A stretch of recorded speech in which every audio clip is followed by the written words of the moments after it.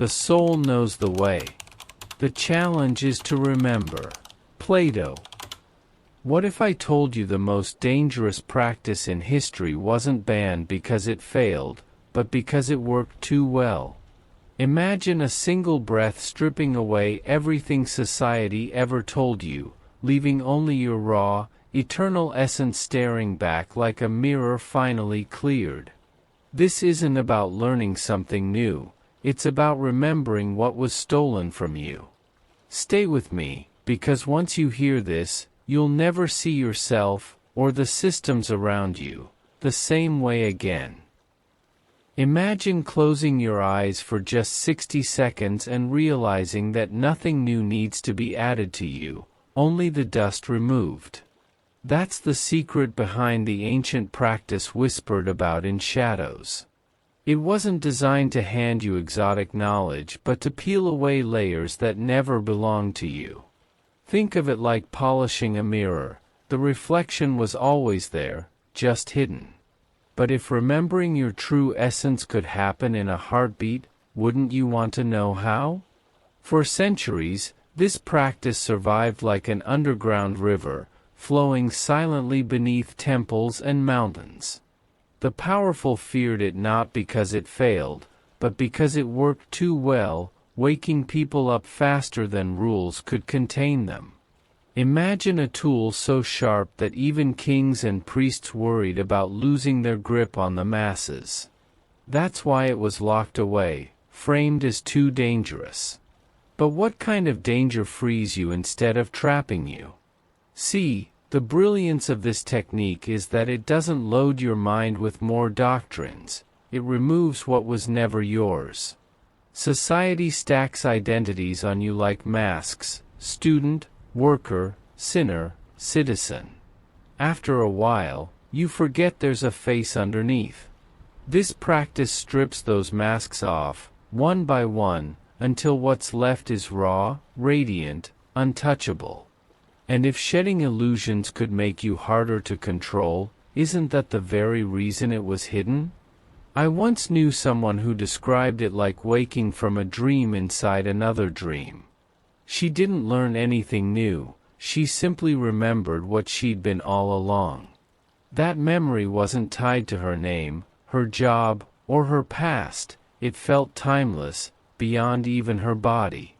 She laughed because it was so simple, yet she wept because no one had told her sooner. And doesn't that raise the question of why whole cultures once practiced this openly? Let's pause here for just 10 seconds, breathe slowly in through your nose, hold, and exhale gently through your mouth. As you do, picture your mind as a dusty mirror clearing with every breath. Notice how, even now, you can feel a glimpse of what's underneath.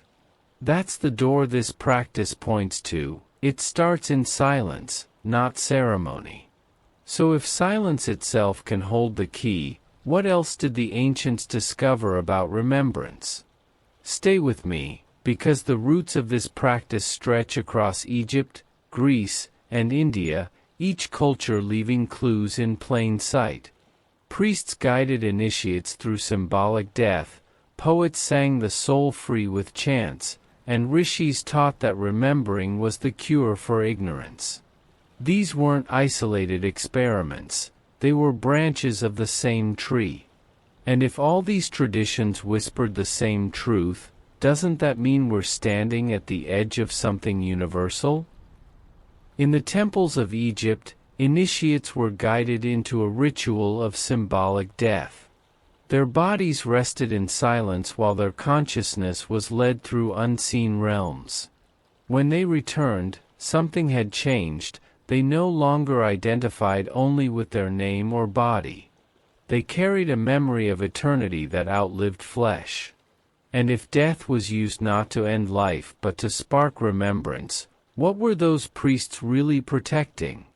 Across the Aegean, the Orphic schools sang another tune.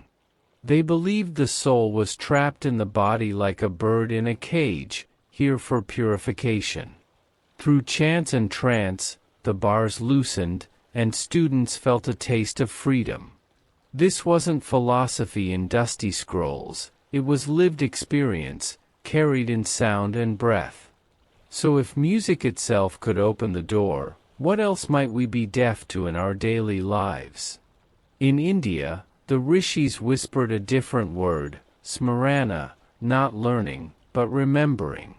They said ignorance wasn't about lack of knowledge, but about disconnection from what was always inside. Their cure was silence, detachment, and vibrational alignment. Imagine sitting beneath a tree, listening so deeply you realize you already know the answers you were chasing. Isn't that strikingly similar to the mirror we uncovered earlier? What fascinates me is how these traditions, separated by oceans, echoed the same theme. Egypt, Greece, India, they all insisted the truth isn't acquired, it's recalled. They left us symbols like the lotus, the lyre, the flame, each one pointing inward rather than outward.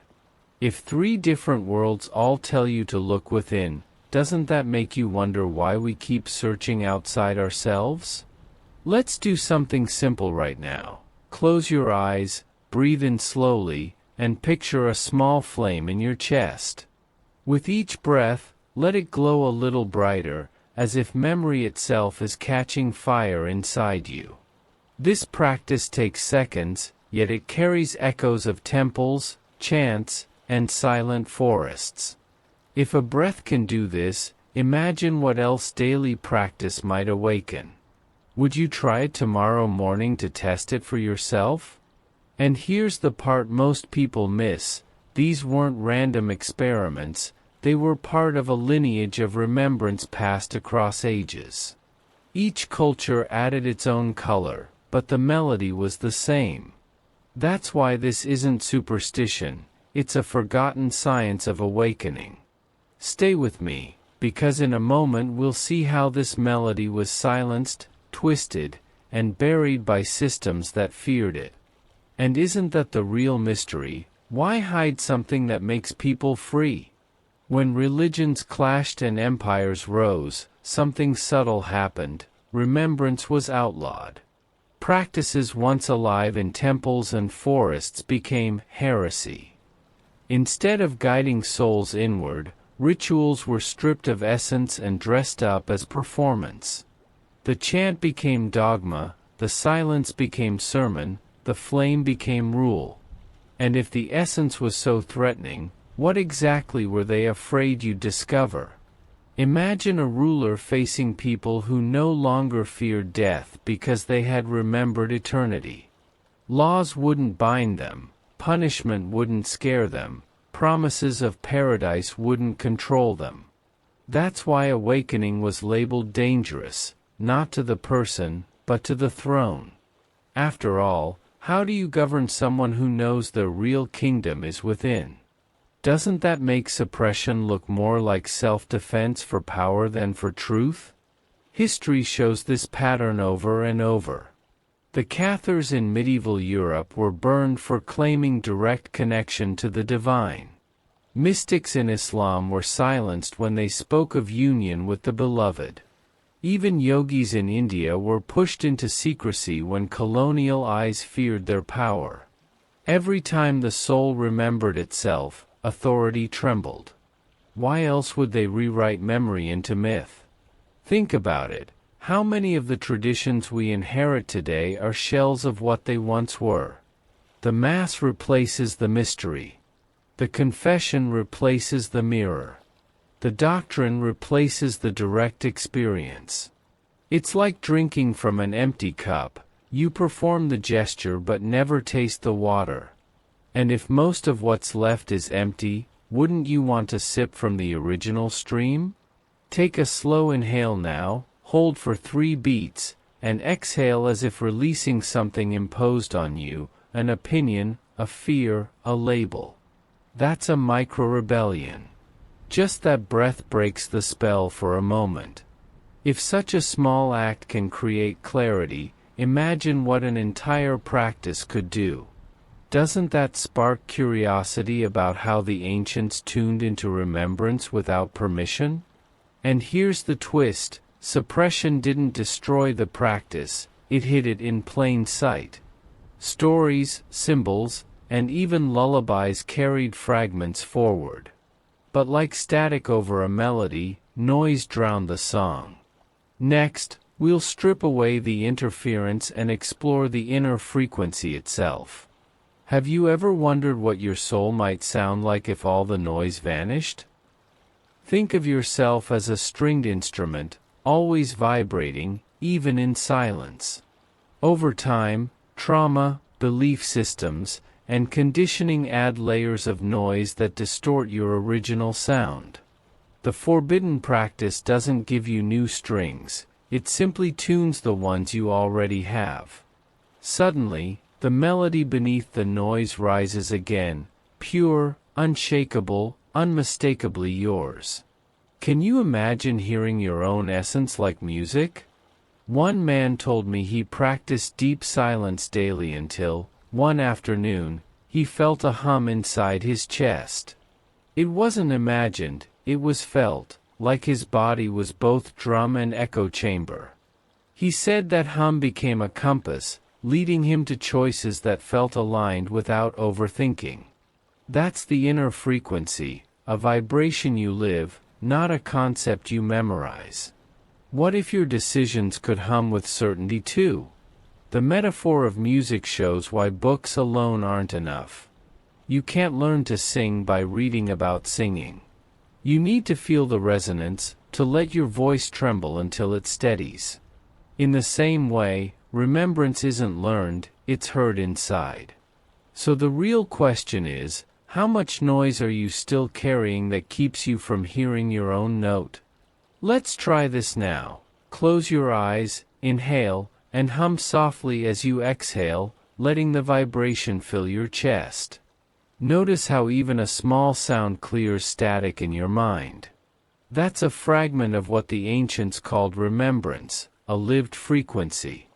If 30 seconds of humming can shift you, what would happen if you gave it 10 minutes a day?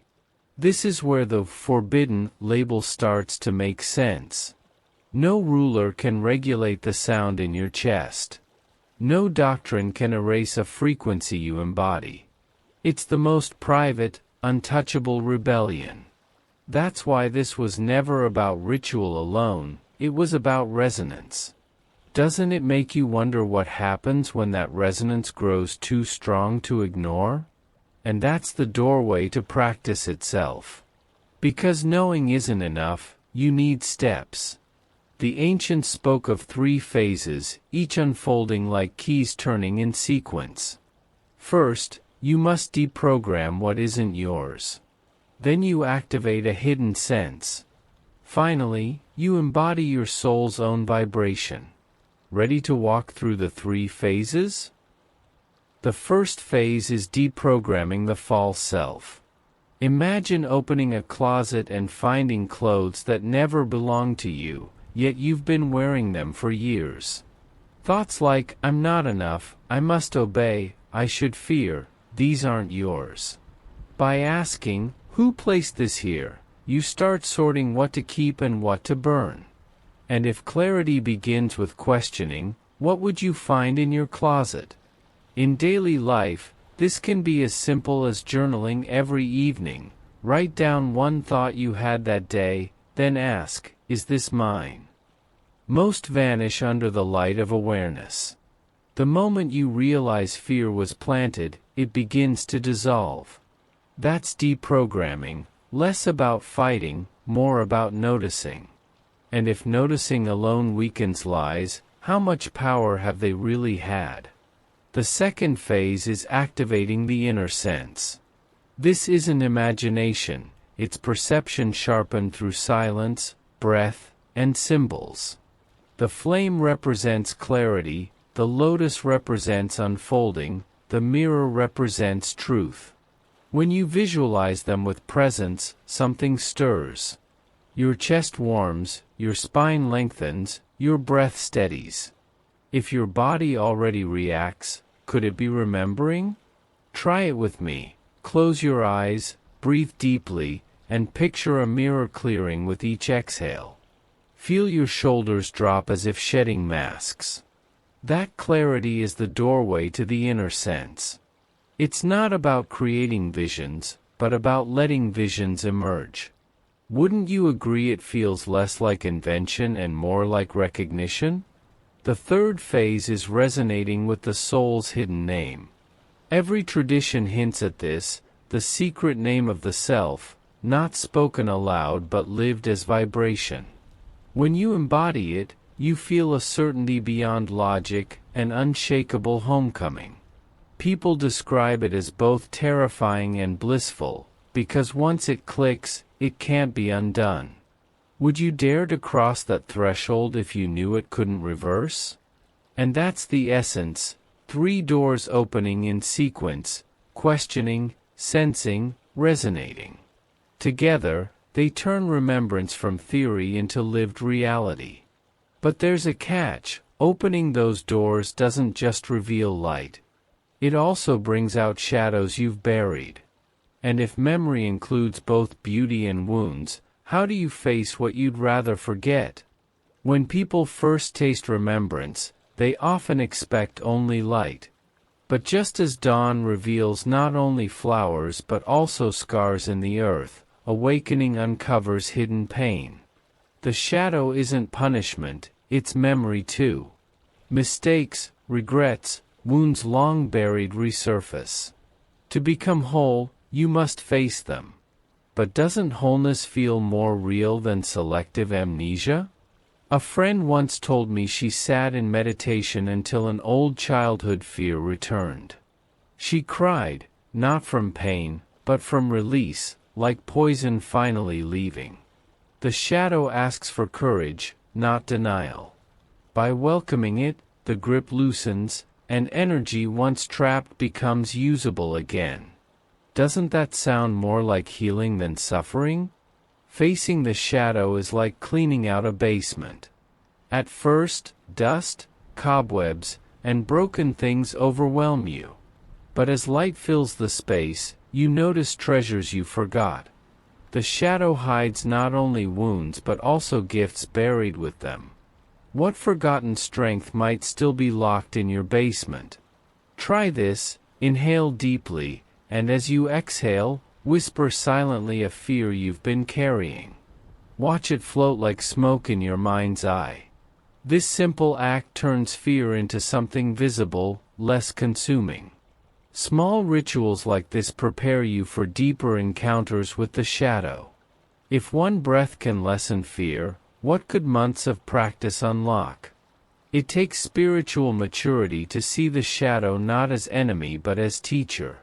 Every darkness points to a light you've avoided. Every wound shows you where you're still alive. Awakening without shadow is incomplete. Wouldn't you rather meet your whole self than keep pretending half of you doesn't exist? And once shadow is faced, something shifts. Life feels less like performance and more like alignment.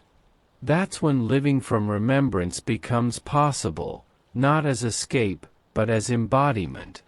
So what happens when the soul itself begins leading the way, moment by moment? When the soul takes the lead, life feels different.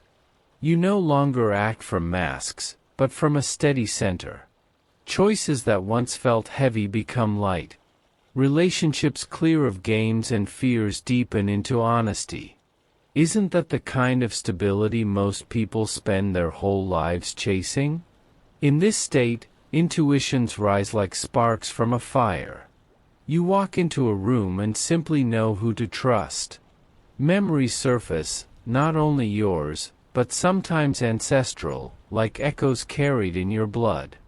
It's not mystical exaggeration, it's a practical compass. Wouldn't you want a compass inside, especially when the world outside is chaotic? One woman told me she started living this way and found fear losing its grip. She left a job that suffocated her, not recklessly but with calm certainty. She said it felt like remembering her own authority. That's the fruit of remembrance, not wild rebellion, but aligned freedom. If she could reclaim her life, What part of yours is waiting to be reclaimed? Let's anchor this with a practice. Breathe in and silently say, I am. Exhale and feel the words dissolve into silence. Repeat 3 times. That's remembrance in action, not thinking, not analyzing, just being. How might your decisions change if you carried this rhythm into your day? From here, everything becomes ceremony. Eating, walking, speaking, all feel sacred because they're done consciously. You live as if home has been found inside. And when home is inside, nothing outside can exile you again.